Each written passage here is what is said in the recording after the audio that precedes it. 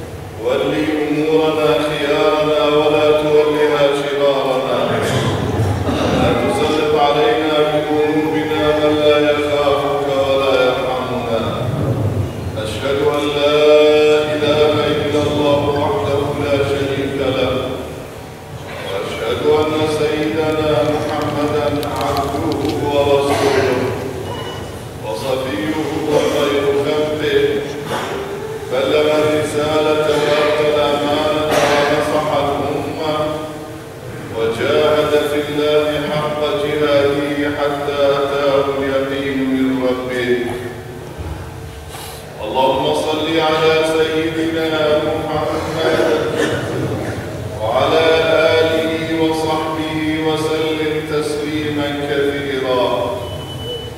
اللهم عن سادات ديننا أمراء المؤمنين بالحق سيدنا أبي بكر وسيدنا عمر وسيدنا عثمان وسيدنا علي، وارض اللهم عن سيدنا الحسن وسيدنا الحسين وعن حمزة والعباس وأزواج النبي أمهات المؤمنين الطاهرات من الدنس والأرجاس، وعن بقية الصحابة والقرابة والتابعين، وعن العلماء العاملين والمشايخ المربين، خصوصا صاحب هذا المقام، وعمن سار على نهجهم واقتفى أثرهم إلى يوم الدين، رضوان الله تبارك وتعالى عليهم أجمعين.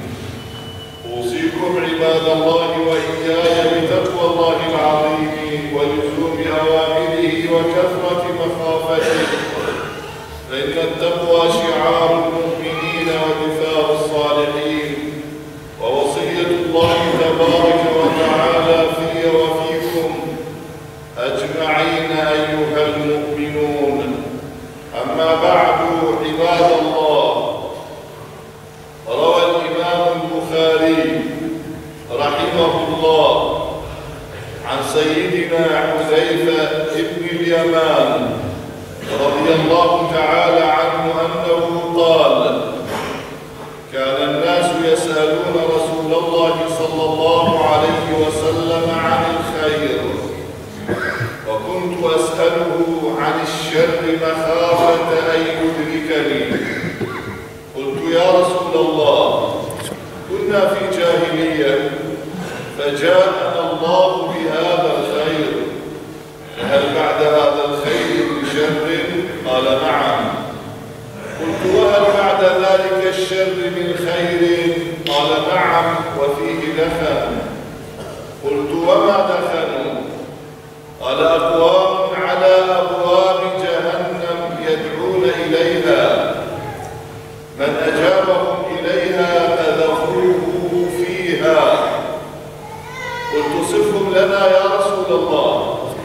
قال: من أبناء جلدتكم، يتكلمون بألسنتكم، يقولون ما تعلمون ويفعلون ما تنكرون. قلت: يا رسول الله، أرأيت إن أدركني ذلك فبماذا تأمرني؟ قال: أن تلزم جماعة المسلمين وإمامهم. قلت: يا رسول الله، أرأيت إن أدركني ذلك ولم يكن للمسلمين لا جماعة ولا إمام؟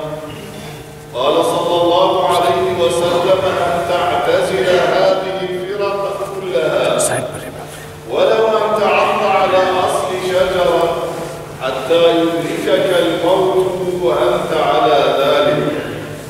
أيها المسلمون، الحديث يتكلم عن حالنا، وهذا من معجزات النبوة التي لا لبس فيها، والتي يتكلم فيها رسول الله صلى الله عليه وسلم عن الأمور الغيبية، فتن قائمة على قدم وساق، وهي تتتابع علينا، يتبع آخرها أولها، يسلم منها أحد إلا من رحم الله. وأصبح الإنسان يفتتن في دينه،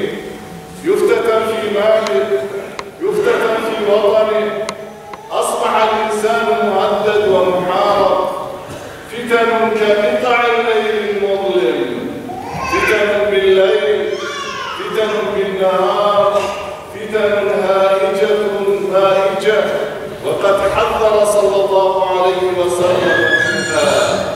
حذرنا من النساء، حذرنا من الدنيا، حذرنا من المال، فقال صلى الله عليه وسلم: ستكون فتن يمسي الرجل فيها مؤمن ويصبح كافر يبيع دينه بعرض من الدنيا، فاتقوا الدنيا واتقوا النساء، والفتن أينما يممت وجهك وحاولت أن تصل تجدها قائمة، لكن في مكان أشد من مكان، وهي تستعير نارها في بلادنا الحبيبة، وطرقت كل حي بل دخلت كل بيت ولم يسلم منها أحد.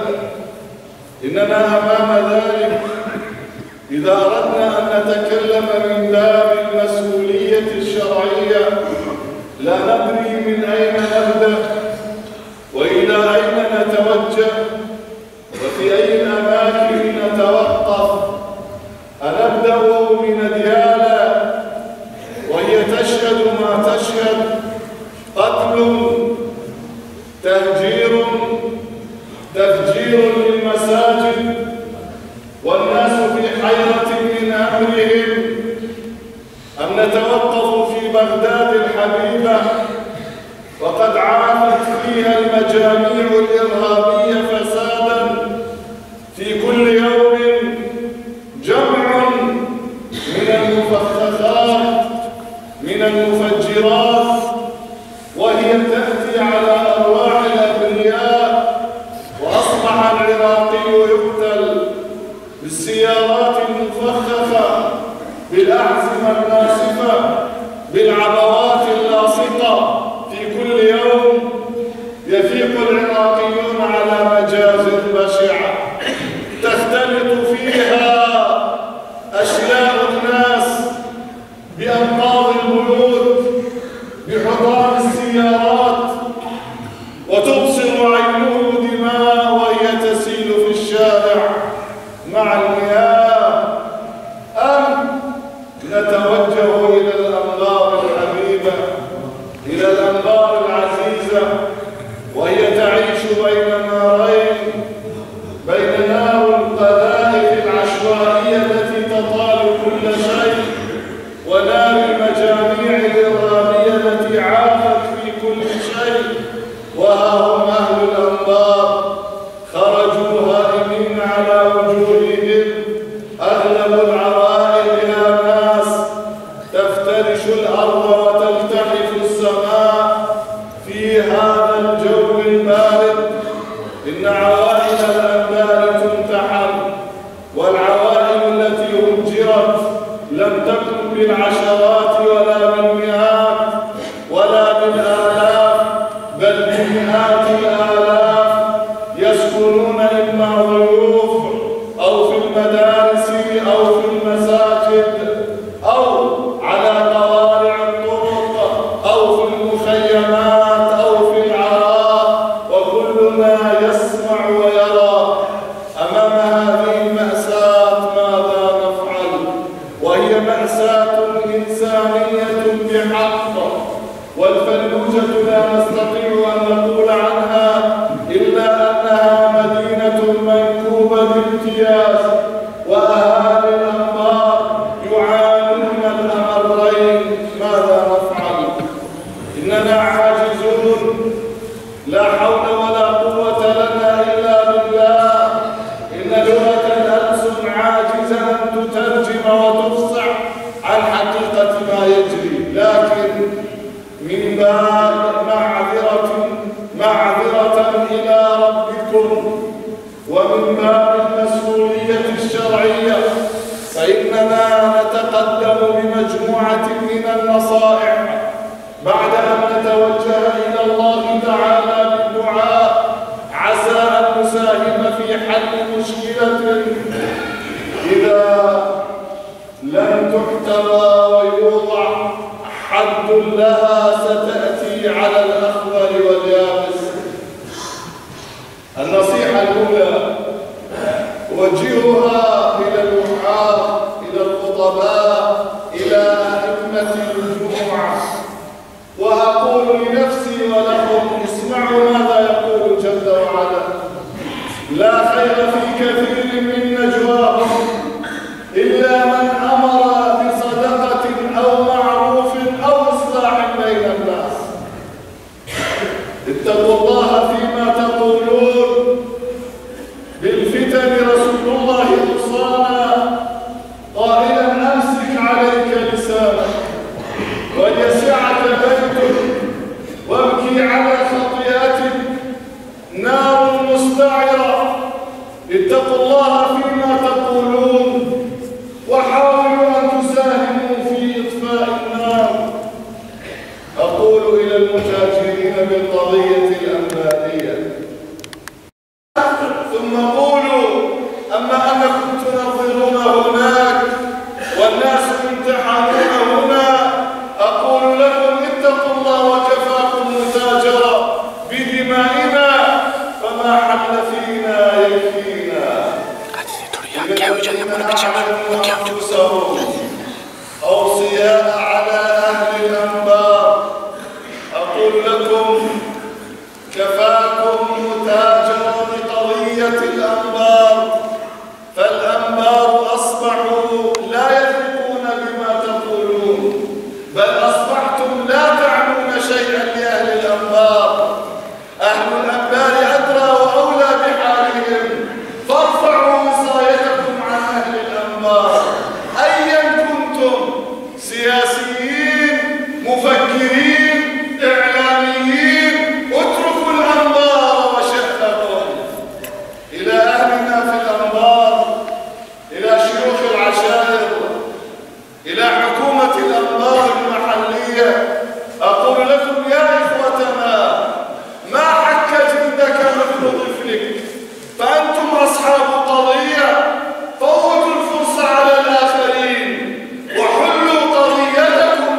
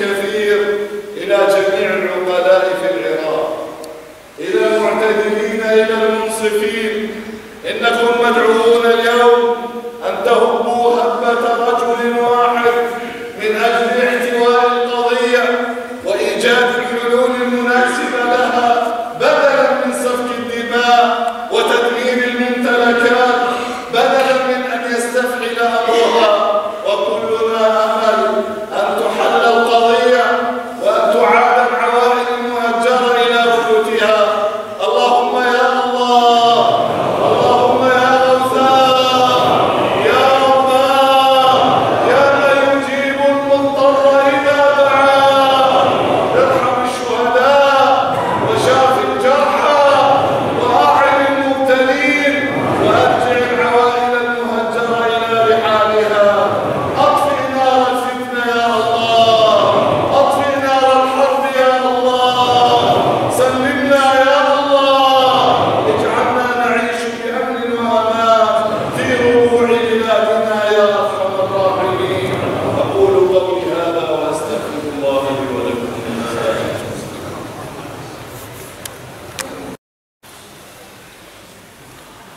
الحمد لله حمدا كثيرا كما وصلى وسلم على سيدنا محمد خير البشر، واتصلت عين بنظر ووعت اذن بخبر، صلاة وسلاما دائمين متلازمين الى يوم الدين وبعد المحشر. عباد الله، اتقوا الله واعلموا ان الله امرنا بحمد البلاء فيه بنفسه، وثنى بملائكه قدسه، وثلث بالمؤمنين من عالم جنه وانسه. قال قولا كريما تعظيما لقدر نبينا وتفهيما لنا وتعليما: ان الله وملائكته يصلون على النبي ايها الذين امنوا صلوا عليه وسلموا تسليما. اللهم صل وسلم على سيدنا محمد خير البشر، اتصلت عين بنظر ووعت اذن بخبر. صل عليه يا رب في الاولين، وصل عليه في الاخرين، وصل عليه في كل وقت وحين. اللهم صل على سيدنا محمد الطاهر، من لم يهتم بامر المسلمين فليس منا. ومن باب الاهتمام بامر المسلمين ايها المسلمون، راينا في الاسبوع الماضي من على شاشة الفضائيات مساجد تفجر في محافظة ديالى. أقول: من المسؤول عن ذلك؟ رب العزة جل وعلا يقول: ومن أظلم ممن منع مساجد الله أن يذكر فيها اسمه وسعى في خرابها. مساجد تفجر. أنا أسأل الجميع من الاحتلال إلى يومنا هذا كم مسجد جديد اقتنى؟ لم يقتنى ولا مسجد جديد، لا بل المساجد الموجودة بدأت تفجر وتهدم. من المسؤول عن تفجيرها؟ يفجر المسجد وتقوم الأصوات والشتم والاستنكار، وبعد أيام ينتهي الأمر وتسجل الجريمة بذمة مجهول وكأن شيء لا يحدث، كأن شيء لا يحدث. أنا لا أستغرب، فالذي يقتل الإنسان وهو أفضل من المسجد، والذي يسفك الدماء ويعتدي على الأعراض يستهين بتفجير المسجد. إن المجرمين تجاوزوا جميع الخطوط الحمراء ولم يبق عندهم شيء محذور. إن تفجير المساجد بادرة خطيرة ينبغي أن يتحسس لها الناس إذا ما استفحل الأمر، والعياذ بالله فإن العواقب وخيمة. أنا أقول للجهات المعنية، الجهات الأمنية المعنية بأمن المساجد والحسينيات والكنائس وأماكن العبادة جميعا: لماذا لم تضعوا حماية كافية للمساجد تحول بين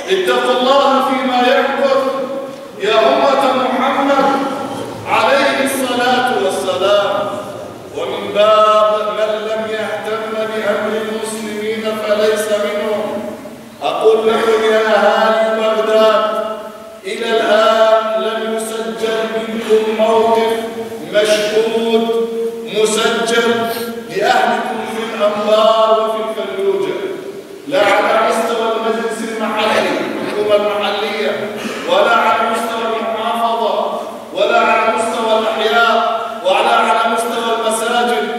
فيكم التجار وفيكم الميسورين، وأنتم تتفرجون على مأساة أهلكم في الأنبار وفي الفلوجة. ستنتهي الأزمة وتسجل المواقف وتطوى الصحف.